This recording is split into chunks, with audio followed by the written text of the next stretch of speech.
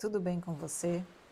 Eu sou Bruna Rocha e esse é o 41º episódio do podcast Café com Pé na Areia, um espaço de encontros sonoros para sentir, compartilhar, conectar experiências que nos afetam, sempre acompanhadas de um bom café. E se você não é de café, sirva-se do que te faz bem e senta comigo para conversar. O café hoje começa um pouco diferente. Faz um mês que eu quebrei meu dedinho do pé. Eu não tô podendo pisar na areia, o que é bastante ruim para mim. Eu moro na praia e eu adoro estar na areia. Então o cafezinho que está aparecendo hoje é um café passado num shopping. Foi o ano passado, isso a gente gravou. Que eu adoro ir nesses lugares que as pessoas servem e passam o café na frente da gente, sabe? E esse aí foi no Café Cultura, em Joinville. A gente estava a caminho de Curitiba. Um café, eu brinco, é os cafés superfaturados, porque dá para comprar muito mais cafés com o valor que a gente paga, assim. Mas um café super gostoso, me ativou aí para seguir até o fim da viagem que a gente fez de moto em dezembro de 2025. Eu tô gravando numa segunda-feira fria, é o primeiro dia realmente frio desse ano. Tá fazendo 11 graus aqui em Navegantes, um dia lindo de sol, mas gelado pra caramba. Dava vontade de ficar embaixo das cobertas só. É curioso porque vai fazer quase um ano que eu não vejo minhas roupas de inverno. Quando eu fui pegar, eu vi que elas estão todas mofadas. A gente se mudou de apartamento no final do outro inverno. Eu deixei elas guardadas num guarda-roupa que tinha aqui no apartamento. Eu não sabia que tinha tanta umidade ali. E aí eu fiquei sem blusa de inverno para usar hoje. Então, para as pessoas que dizem que o inverno é lindo, que as pessoas se vestem melhor, é porque elas não conseguem ver quem se veste que nem um mendigo, assim, que vai botando roupa em cima de roupa, sabe? Mais ou menos assim que eu tô hoje, com polaina de balé para não passar frio. Mas, enfim, não é sobre o frio que eu queria falar hoje. Eu tô com uma listinha, gente, de uns 20 temas de podcast para conversar. E sempre que eu começo a gravar, eu penso assim, mas o que eu quero falar mais hoje, sabe? O que tá tocando mais? Porque às vezes é uma coisa que aconteceu há muito tempo, às vezes é uma coisa que aconteceu ontem. No caso, é algo que aconteceu mês passado. É uma conversa muito gostosa que eu tive em Porto Alegre com pessoas com esclerose múltipla. Mas o tema não é a doença. Quero deixar claro desde o início. É um pouco sobre limites, um pouco sobre quem a gente escolhe estar do nosso lado e um pouco sobre o que a gente escolhe expor na nossa vida também. Fazia bastante tempo que eu não subia num palco ou, enfim, na frente de muitas pessoas para falar sobre a minha experiência com esclerose múltipla. Eu acho que eu falo toda semana para alguém que eu tenho esclerose múltipla, para as pessoas que eu conheço, pessoas novas, pessoas que chegam na minha rede social e a gente conversa, e é sempre muito bom poder ser apoio para pessoas, principalmente para quem está chegando agora num diagnóstico, sabe? E poder dizer, olha, eu tenho, faz 26 anos, eu sei que não é fácil, conta comigo, pode chorar junto, que daqui a pouco a gente vai rir junto também. Mas fazia muito tempo que eu não ia na frente de muitas pessoas para falar sobre. Tem alguns motivos para isso, né? Um deles é porque eu saí de algumas associações de pacientes que eu estava, mas eu comecei na internet falando sobre isso. Não sei quantos de vocês sabem, eu tenho diagnóstico desde 2000, então lá se vão 26 anos, foi em abril de 2000 meu diagnóstico, então já fez aniversário esse ano. E olha que curioso, eu não tinha parado para pensar nisso. Foi no final do mês de abril de 2000, meu diagnóstico, e foi no final do mês de abril que eu participei dessa roda de conversa lá em Porto Alegre. Umas curiosidades à parte, eu comecei o blog em 2009, eu já tinha 9 anos de diagnóstico, porque eu queria me conectar com pessoas que tivessem o mesmo diagnóstico que eu e queria poder ajudar pessoas que não tinham os mesmos privilégios que eu, principalmente de informação, porque eu sei inglês desde muito nova e eu tinha acesso a pesquisas e dados que pessoas que não sabem o inglês não tinham, porque não tinha muita informação na internet. não tinha YouTube, não tinha, né, tudo isso que a gente tem hoje de facilidades, a gente não tinha rede social. Então, eu quis começar a escrever sobre, para que pessoas que estivessem tendo o diagnóstico naquele dia, quando buscassem no Google, eles encontrassem vida. Eu queria que as pessoas encontrassem uma coisa legal, eu não queria que elas encontrassem a mesma coisa que eu encontrei, que era assustadora. E eu acho que nesse sentido, o que eu fiz lá atrás ajudou bastante a mudar o cenário de que hoje, quando a gente procura no Google, não tem só coisas ruins, não tem só imagem de pessoas em cadeiras de roda, não tem só imagem de pessoas acamadas. E disso eu me orgulho bastante, assim, né? E eu acho que isso é um movimento de a gente poder falar sobre as nossas experiências que muda um pouco isso. Mas fazia bastante tempo que eu não participava de uma roda de conversa sobre esclerose, e eu fui convidada pela Associação Gaúcha para estar lá, mediando uma roda de conversa com uma enfermeira especialista em esclerose, com o Ricardo, querido amigo, que é presidente hoje da associação, que eu meio que coloquei ele lá, né, como presidente da associação, e disse, vai lá, cara, tu consegue. Um médico neurologista e em torno de 30 pacientes, pessoas que foram diagnosticadas, a maioria muito recente, né? E foi curioso porque eu já falei sobre esclerose muitas vezes, com pessoas que entendem muito, com pessoas que entendem pouco, com pessoas que sabem explicar tecnicamente, e essa vez foi diferente.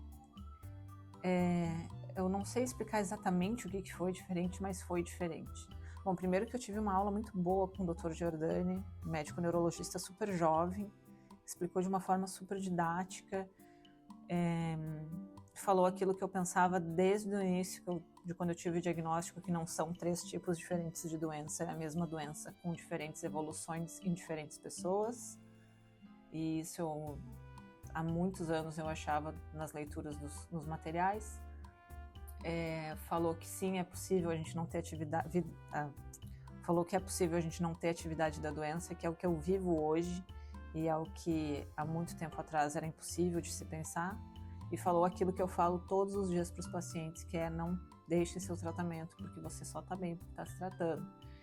Que, enfim, não só em esclerose múltipla, mas qualquer doença crônica, as pessoas, quando elas começam a melhorar, elas começam a esquecer de se tratar, e isso é extremamente perigoso, porque aí a doença volta com tudo, e doenças crônicas degenerativas progressivas, elas não param se a gente não faz tratamento, e isso é muito importante da gente ter em mente quando a gente tem um diagnóstico desses. Isso pode ser de esclerose ou de qualquer outra doença, né? Mas como eu estava falando, foi um pouco diferente, assim. Primeiro que quando eu cheguei, isso eu preciso contar, eu queria muito conhecer o Antônio. O Antônio é uma pessoa que tem esclerose múltipla, que já fez um Ironman, está se preparando para outro, que é um exemplo para mim de esforço, de conseguir ir atrás e de velocidade, porque o cara é veloz pra caramba, ele é veloz em todas as categorias do triatlon. E eu tinha comentado com ele que eu ia para lá, ele se esforçou, cara, ele foi lá só para me dar um abraço, porque ele não ia poder ficar, ele tinha uma outra atividade com a família, e ele foi lá de manhã cedo para me dar um abraço, e eu fiquei extremamente feliz. Eu sei que o Antônio escuta aqui o podcast, quem quiser encontrar ele nas redes sociais é @triatletaesclerosado, e eu fiquei extremamente feliz e emocionada de conhecer ele, porque a gente precisa se inspirar em pessoas, e ele me inspira todos os dias. Então, obrigado, Antônio, por ter ido lá, me dar aquele abraço, me fazer eu me emocionar naquele momento e me emocionar de novo agora falando e lembrando, porque eu acho que um pouco do que eu quero falar é que a gente não sabe o quanto a gente toca a vida das pessoas e muda a vida das pessoas quando a gente conta a nossa história. E a presença do Antônio lá tem um pouco disso. Então eu comecei o meu dia com esse abraço, e eu subi no palco e eu vi o Ricardo falando do quanto eu pegar na mão dele e falar, cara, vai lá ser presidente dessa associação que vai mudou a vida dele. E às vezes a gente não sabe o quanto o que a gente está falando na internet, o quanto que a gente está falando em público muda a vida das outras pessoas, né? Então eu acho que quando eu comecei a falar, sobre esclerose dessa vez lá, eu comecei a falar de um ponto de vista de onde eu tô hoje. E é muito diferente do ponto de vista do que eu estava há 5 anos atrás, é muito diferente do que eu estava há 10 anos atrás, né? E eu vejo que é muito diferente porque eu mudei muito. Eu mudei a minha forma de viver, eu mudei a minha forma de me cuidar. E eu acho que hoje eu me cuido muito mais do que eu me cuidava antes. E para eu me cuidar, eu tive que renunciar de muitas coisas. Principalmente de dizer sim para todo mundo e de dizer sim para agradar todo mundo e dizer sim para cuidar só dos outros. E isso é uma coisa que foi um processo que não foi simples, mas não foi difícil, porque quando a gente começa a cuidar da gente, muda muita coisa e muda para melhor. E parece que vão saindo pesos das nossas costas que a gente fica dizendo, ué, peraí, se eu falasse não, ia ser mais tranquilo assim? Quer dizer que um não que eu dei tirou 200 quilos aqui da minha mochilinha? Né? Quer dizer que me afastar de uma pessoa X ia me deixar muito mais tranquilo o meu dia? Quer dizer que dizer não para um trabalho que parece que eu tinha que fazer vai deixar minha vida muito mais fácil? E é isso, sabe? Uma das coisas que eu fiz nos últimos anos e que eu tenho reparado muito, assim, no que outras pessoas fazem, claro, porque a gente olha, né? É que eu não exponho mais tanto o meu dia a dia. Eu acho que eu cansei um pouco dessa coisa da superexposição, não que eu superexpusesse antes, mas eu contava mais meu dia a dia, eu contava mais as coisas de tratamento, eu contava mais, assim.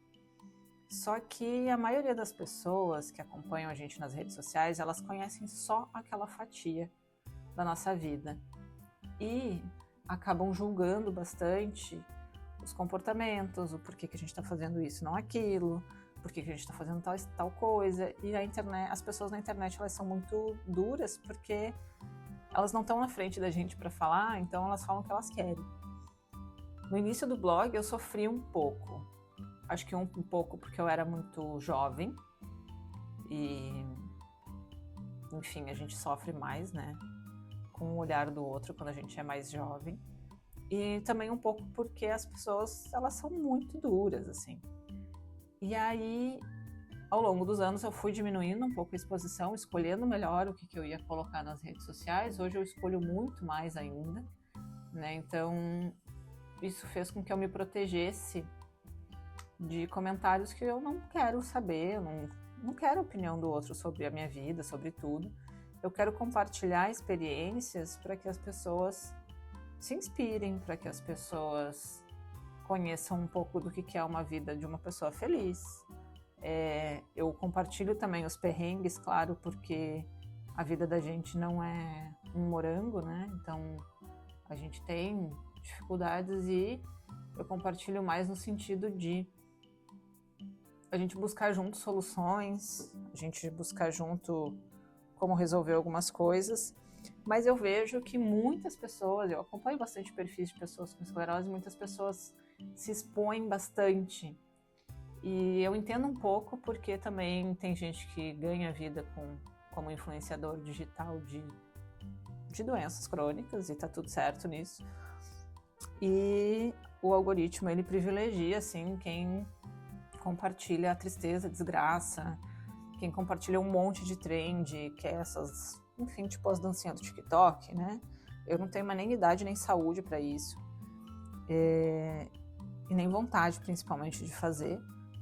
Mas é curioso porque pensar assim que quando a gente compartilha só a parte difícil, e tem muita coisa difícil, mas quando a gente compartilha só a parte difícil, para quem está tendo o diagnóstico chegando, parece que tudo é difícil e parece que só existe uma identidade a se ter quando se tem uma doença crônica, que é a identidade do difícil, a identidade do não é fácil viver como eu vivo. E assim, para mim, é muito fácil viver como eu vivo. É muito fácil ser a Bruna. Mas é muito fácil ser a Bruna porque hoje eu sou a Bruna que eu quero ser. a Bruna que eu escolhi ser. E eu não quero ficar dizendo que, meu Deus, é extremamente horrível ter esclerose múltipla, porque para mim não é. Para mim, ter esclerose múltipla é difícil, é chato. Não queria ter, obviamente, mas não foi uma escolha. Mas é uma coisa possível de se viver. Assim como vai ter gente que vai ter diabetes, vai ter gente que vai ter asma, tem gente que tem outras doenças. Eu trabalho com mais de 25 doenças na GAP e eu olho para as outras patologias e penso, nossa, deve ser muito difícil. Tem uma doença lá que a pessoa não consegue comer, sabe? Mas eu não acho que uma seja mais difícil que a outra. É uma coisa do ser humano. A gente tem doenças. Quer ver uma coisa que eu acho bem difícil e que eu compartilho bastante experiências com outras pessoas que têm a mesma coisa que eu, porque todos os dias é difícil e vai mudando ao longo do tempo? Ser mãe. E ser mãe a gente escolheu, a maioria das vezes. Então, assim, é difícil, gente. É difícil ser humano, entendeu? Mas se eu achar que só é difícil, e se eu compartilhar que só é difícil, vai se tornar mais pesado ainda.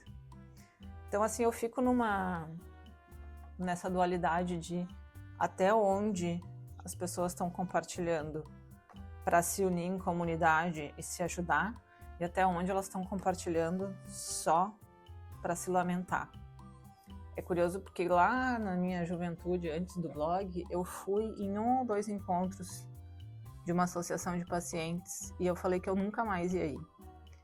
Porque era um muro das lamentações, era uma disputa de quem estava pior, que aquilo lá só podia fazer mal para as pessoas.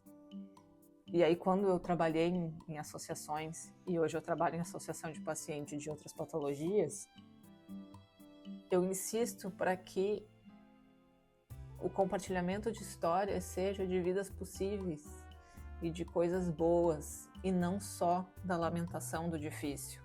Que quando a gente compartilha o que é difícil, seja para melhorar, seja para entender que aquilo que eu já resolvi da minha vida que é difícil pode melhorar a vida de outra pessoa, mas não que a gente fique se lamentando. E eu acho que foi isso que foi diferente lá em Porto Alegre dessa vez. Foi ver no rosto das pessoas um olhar de é possível, um olhar de que escutar a história dessa pessoa vai mudar o meu dia a dia. Assim como eu escutar a história deles que estavam lá, que muitos compartilharam suas histórias, mudou para mim algumas coisas. Então que a gente compartilhe as nossas histórias para mudar para o bem, para mudar para melhor. E aí hoje, quando eu estava pensando em gravar, eu abri nas redes sociais, eu sigo bastante coisa nas redes sociais, e tinha uma arte num perfil que dizia em inglês, né? Seja a razão para que alguma pessoa se sinta incluída, bem-vinda, apoiada, segura e valorizada.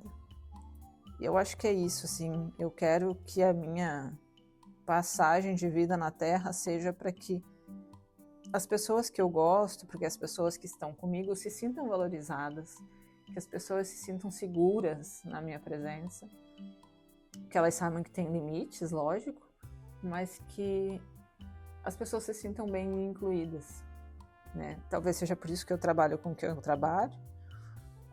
Eu sei que as pessoas vão continuar julgando, vão continuar, enfim, olhando para as nossas vidas e dando pitaco, porque somos humanos e é isso que fazemos, mas que a gente possa ser uma coisa boa na vida dos outros, mas que a gente possa ser inspiração na vida das pessoas. E para algumas pessoas a gente vai ser, e para as outras a gente não vai ser, e tá tudo bem, porque a gente não precisa ser para todo mundo. A gente precisa ser para quem tá a fim de se conectar na mesma energia que a gente. E nesse encontro em Porto Alegre, no final, a gente pediu para que cada pessoa que estava no palco falasse uma coisa que as pessoas pudessem levar para o dia a dia delas, né? De cuidado. E o que eu falei, e que eu vou continuar falando sempre, é: esteja com pessoas que te apoiem. Conecte-se e esteja com pessoas que estão com você. Porque no dia a dia tendo uma doença crônica ou não, você vai passar por dificuldades. Você vai passar por situações em que você vai ter que fazer escolhas difíceis. E se você estiver só com pessoas que te coloquem para baixo, que não acreditam em você, que trazem